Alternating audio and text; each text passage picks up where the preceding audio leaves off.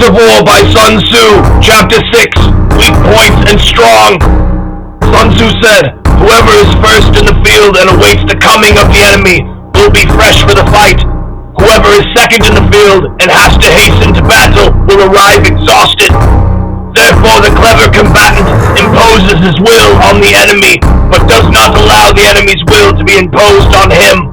By holding out advantages to him, he can cause the enemy to approach of his own accord, or by inflicting damage, he can make it impossible for the enemy to draw near. If the enemy is taking his ease, he can harass him. If well supplied with food, he can starve him out. If quietly encamped, he can force him to move. Appear at points which the enemy must hasten to defend. March swiftly to places where you are not expected. An army may march great distances without distress if it marches to country where the enemy is not. You can be sure of succeeding in your attacks if you only attack places which are undefended. You can ensure the safety of your defense if you only hold positions that cannot be attacked. Hence that general is skillful in attack whose opponent does not know what to defend, and he is skillful in defense whose opponent does not know what to attack.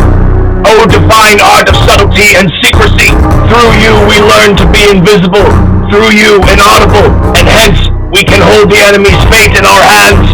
You may advance and be absolutely irresistible. If you make for the enemy's weak points, you may retire and be safe from pursuit if your movements are more rapid than those of the enemy. If we wish to fight, the enemy can be forced to an engagement even though he be sheltered behind a high rampart and a deep ditch. All we need do is attack some other place that he will be obliged to relieve. If we do not wish to fight, we can prevent the enemy from engaging us, even though the lines of our encampment be merely traced out on the ground. All we need do is throw something odd and unaccountable in his way.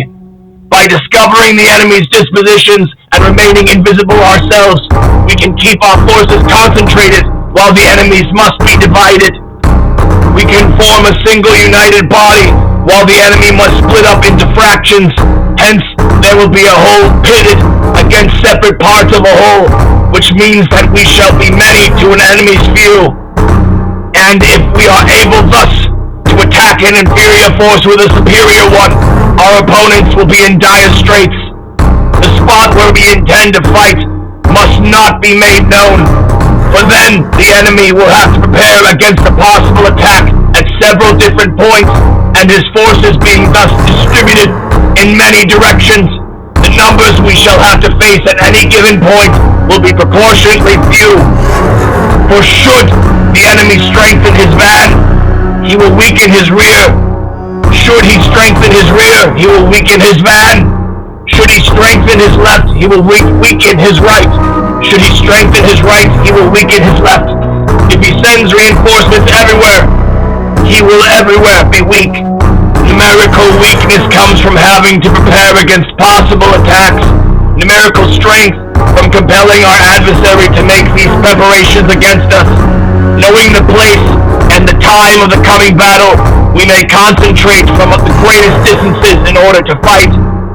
But if neither time nor place be known, then the left wing will be impotent to succor the right equally impotent to succor the left, the van unable to relieve the rear, or the rear to support the van. How much more so if the furthest portions of the army are anything under 100 li apart, and even the nearest are separated by several li. Though according to my estimate, the soldiers of you exceed our own in number, that shall advantage them nothing in the matter of victory. I say then that victory can be achieved. Though the enemy be stronger in numbers, we may prevent him from fighting. Scheme so as to discover his plans and the likelihood of their success. Rouse him and learn the principle of his activity or inactivity. Force him to reveal himself so as to find out his vulnerable spots. Carefully compare the opposing army with your own, so that you may know where strength is superabundant and where it is deficient. In making tactical dispositions, the highest pitch you can attain is to conceal them. Conceal your dispositions, and you will be safe from the prying of the subtlest spies, from the machinations of the wisest brains. How victory may be produced, let them out of the enemy's own tactics. That is what the multitude cannot comprehend. All men can see the tactics whereby I conquer, but what none can see is the strategy out of which victory is evolved. Do not repeat the tactics which you have gained you with one victory, but let your methods be regulated by the infinite variety of circumstances. Military tactics are like unto water, for water in its natural course runs away from the high places and hastens downwards. So in war, the way is to avoid what is strong and to strike at what is weak. Water shapes its course according to the nature of the ground over which it flows. The soldier works out his victory in relation to the foe whom he is facing.